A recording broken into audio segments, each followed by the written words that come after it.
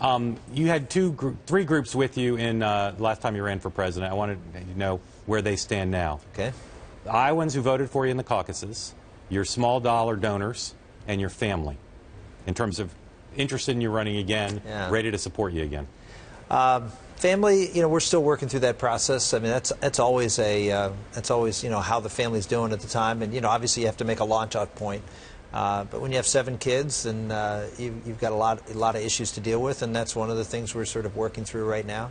The small dollar folks, we have an organization called Patriot Voices.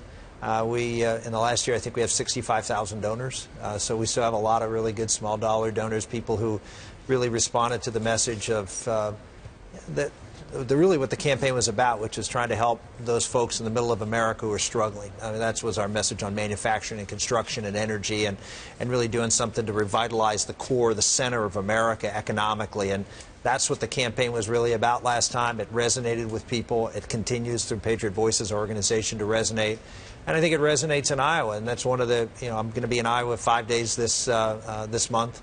We'll be going around doing several counties, county dinners, town hall meetings, just trying to, lots of pizza ranches, try to stay away from the buffet.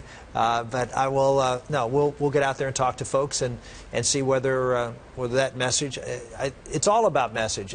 People say to me all the time, well, you were the last man standing, everybody else. I said, well, why? Because we had a message that resonated with people, and that's why we were able to go up against someone who outspent us 4 or 5 to 1 and hang in there till almost the very end. I think you'd acknowledge, you said that message resonated. You just talked about the economic message. You've talked a lot about that since 2012. At the time, there was an economic message, and then there was a lot of your social conservatism, which has obviously defined you in a lot of ways.